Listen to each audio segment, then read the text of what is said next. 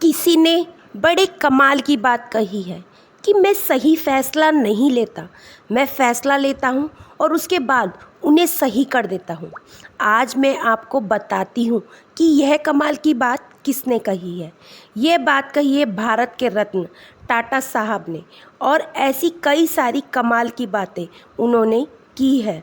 Hello दोस्तों, मैं हूँ सपना गोयल और आज हम बात करेंगे हिंदुस्तान के टॉप बिजनेसमैन रतन टाटा साहब की, जिनके लिए भारत वाले हम सब लोग ये डिमांड कर रहे हैं, कैंपेन चला रहे हैं कि उन्हें भारत रत्न मिलना चाहिए। और ये है विनम्रता के साथ हाथ जोड़कर कह रहे हैं, मुझे भारत रत्न नहीं चाहिए। इस तरह कैंपेन चलाना बंद कीजिए। कुछ तो बात है जो इन्हें महान बनाती है। चलिए बात करते हैं उन 5 बातों के बारे में जो आपको और हमें सीखनी चाहिए रतन टाटा साहब से। 5 लर्निंग फ्रॉम रतन टाटा साहब। जो सबसे बड़ी बात सीखी जा सकती है वह है बिलीवर बनिए। ड्रीमर बनने से पहले बिलीव रखना शुरू कीजिए, भरोसा करना शुरू कीजिए खुद पर, खुद की सोच पर और इस बात पर कि आप कमाल कर सकते हैं। हमारा देश जहाँ पर घोड़ा गाड़ी बैलगाड़ी दौड़ती थी, यहाँ फिर अंग्रेज आए, उनके साथ हमारे देश में कार आई, हमें आज़ादी मिली। उसके बाद हमारे अपने लोगों ने कार खरीदना शुरू किया, कार में घूमना शुरू किया, लेकिन इस बात में किसी का बिलीव नहीं था कि कार को पूरे तरीके से भारत में बनाया जा सकता है। रतन टाटा साहब ने स्क्रैप से लेकर के आखिरी तक एक कार बनाने का सपना देखा, मतलब पूर्णतः स्वदेशी कार बनाने का सपना देखा। वे भारत में ही उस कार को बनाना चाहते थे, भारत की अपनी कार बनाना चाहते थे। 1998 में भारत की अपनी स्वदेशी car, India's first Indian car the indica उन्होंने लॉन्च की, जिसे बहुत सारे लोगों ने खरीदा, बहुत सारा प्यार दिया। जो भारत की अपनी गाड़ी थी, यह एक सपना था जो रतन टाटा साहब ने संजोया था, देखा था। और इस सपने से बस यही सीखने को मिलता है कि सबसे पहले अपने ऊपर बिलीव करना शुरू कीजिए। दूसरा यह, आप कितनी भी ऊंचाइयों पर पहुंच जाए परंतु अपने अंदर इमोशंस जिंदा रखें। मुंबई में तेज़ बरसात हो रही थी, रतन टाटा साहब अपनी कार में थे और रेड लाइट पर रुके हुए थे।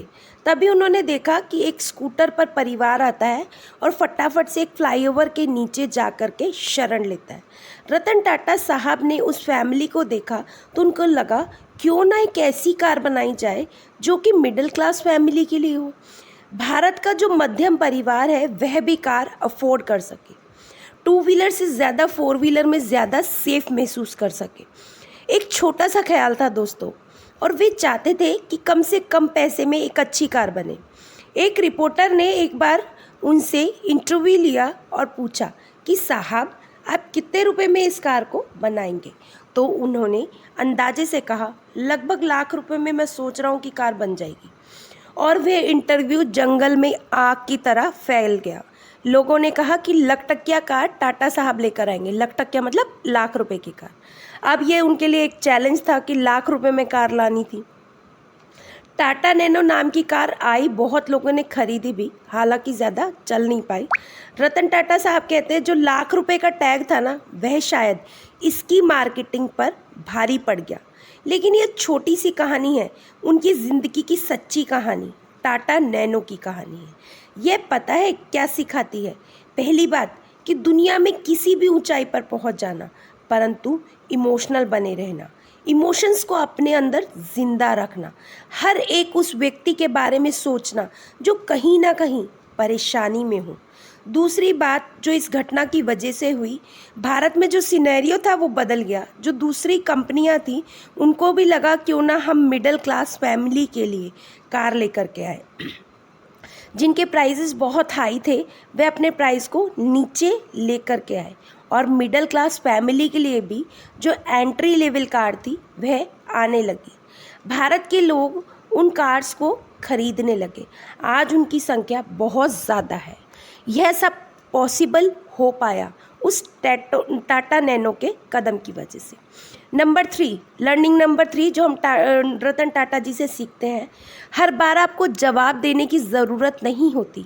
कई बार सक्सेस आपका जवाब लोगों को दे देती है, इसीलिए सक्सेसफुल बनिए। 1998 की बात है, रतन टाटा साहब ने इंडिका लॉन्च की थी, जो मैं बता रही थी अभी आपको, भारत की पहली स्वदेशी कार।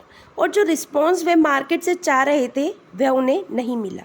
धीरे धीरे कंपनी घाटे में जाने लगी और बात इस नौबत तक आ गई, उन्हें लगा कि यह कंपनी बेच दे, यह कार वाला बिजनेस किसी और को बेच दे। तो एक मीटिंग फिक्स हुई फोर्ड कंपनी के बिल फोर्ड साहब से। उस मीटिंग में रतन टाटा साहब गए और जब मीटिंग शुरू हुई, जो फोर्ड साहब थे, बिल फोर्ड साहब, उन्होंने जो कहा रतन टाटा साहब से, वह एक तरीके से अपमान करते जा रहे थे। वह कह रहे थे, जब आपको आता नहीं है बिज़नेस, यह कार का बिज़नेस कैसे करना है आपको पता नहीं है, आपने इस बिज़नेस में कदम क्यों रखा। और आज हम आपकी कंपनी खरीद कर आप पर बहुत बड़ा एहसान कर रहे हैं। यह बात जब बिल फोर्ड ने कही, रतन टाटा साहब के दिल में घर कर गई, सुई की तरह चुभ गई। उन्होंने डील कैंसिल कर दी। वह कुछ भी नहीं बोले और चुपचाप वहाँ से चले गए। उन्होंने अपनी एम्प्लॉय से कहा, हमें जी तोड़ मेहनत करनी है और इस कार कंपनी को सक्सेसफुल बनाना है। धीरे धीरे समय बदलने लगा, मेहनत रंग लाने लगी और टाटा इंडिका घरों में पहुंचने लगी। वह कार सक्सेसफुल बनने लगी और जो फोर्ड कंपनी थी वह धीरे धीरे घाटे में जाने लगी। फोर्ड कंपनी दिवालिया होने के कगार पर आ गई। तब रतन टाटा साहब को लगा, क्यों ना इनकी मदद करें, कुछ खरीद लेते हैं। तो एक और मीटिंग फिक्स हुई बॉम्बे हाउस में बिल फोर्ड साहब और रतन टाटा साहब की। और रतन टाटा साहब ने प्रपोज़ल रखा कि आपकी फोर्ड कंपनी की जो ज्वेलर है, जो कि लैंड रोवर और जैगवार बनाती है, कि मैं इसे खरीदना चाहता हूँ। डील फिक्स हो गई। रतन टाटा साहब कुछ नहीं कह रहे थे। बिल फोर्ड ने रतन टाटा जी से कहा कि आज आप हमारी कंपनी खरीद कर हम पर बहुत बड़ा एहसान कर रहे हैं। 10 सालों के अंदर बिल फोर्ड को उनका जवाब मिल चुका था। इसीलिए कोई कुछ कह रहा है, कुछ मत कहिए, शांत रहिए, सक्सेसफुल बनिए। ये जो सफलता होती है बहुत ही ज़्यादा शोर मचाती है, आपको कुछ कहने की ज़रूरत ही नहीं है। लर्निंग नंबर 4, सिर्फ बिजनेस रिलेशन में ही टाटा साहब अच्छे नहीं थे, रिलेशनशिप में भी अच्छे थे। वे कहते हैं उनको ज़िंदगी में 4 बार प्यार हुआ और चारों बार किसी न किसी वजह से उनकी शादी नहीं हो पाई और वे अपनी ज़िंदगी में उन रिलेशनशिप की हमेशा सम्मान करते रहे। रिसेंटली एक इंटरव्यू में टाटा साहब ने बताया कि एक लव स्टोरी जो उनके दिल के बेहद ही करीब है। अमेरिका की एक लड़की से उन्हें प्यार हुआ था, दोनों शादी भी करना चाहते थे। रतन टाटा साहब भारत वापस आ गए थे। जो वे लड़की थी वह भी भारत आने वाली थी। उस वक्त 1962 का इंडो चाइना वार छिड़ चुका था और जो वे तनाव वाला माहौल था उसमें वह लड़की इंडिया नहीं आ पाई और शादी नहीं हो सकी। बाद में इन्हें मालूम चला कि उस लड़की ने किसी और से शादी कर ली। इन्होंने उसके फैसले का हमेशा सम्मान किया। कहते हैं कुछ दिन पहले ही मेरी उनसे बात हुई कि वह बहुत खुश है जहाँ भी है। मुझे लगता है कि आज भी हम लोग बात कर रहे हैं, दोस्त हैं, यही काफ़ी है। ज़िंदगी में कई बार कुछ लोग ऐसे कदम उठा लेते हैं रिश्तों में जिनकी वजह से उनकी ज़िंदगी बर्बाद हो जाती है। इस तरीके से किसी भी रिश्ते का सम्मान करना, यह आप रतन टाटा साहब की पर्सनल लाइफ से सीख सकते हैं। उनकी अपनी ज़िंदगी में वह कहते हैं हमेशा उनकी दादी माँ से उन्होंने सीखा कि जो वैल्यूज़ हैं, हमारे एथिक्स हैं, उन्हें हमेशा बनाए रखना है। उनके लिए ही ज़िंदगी जीनी है। जो वैल्यूज़ हैं उन्हें हमेशा हमें ज़िंदा रखना है।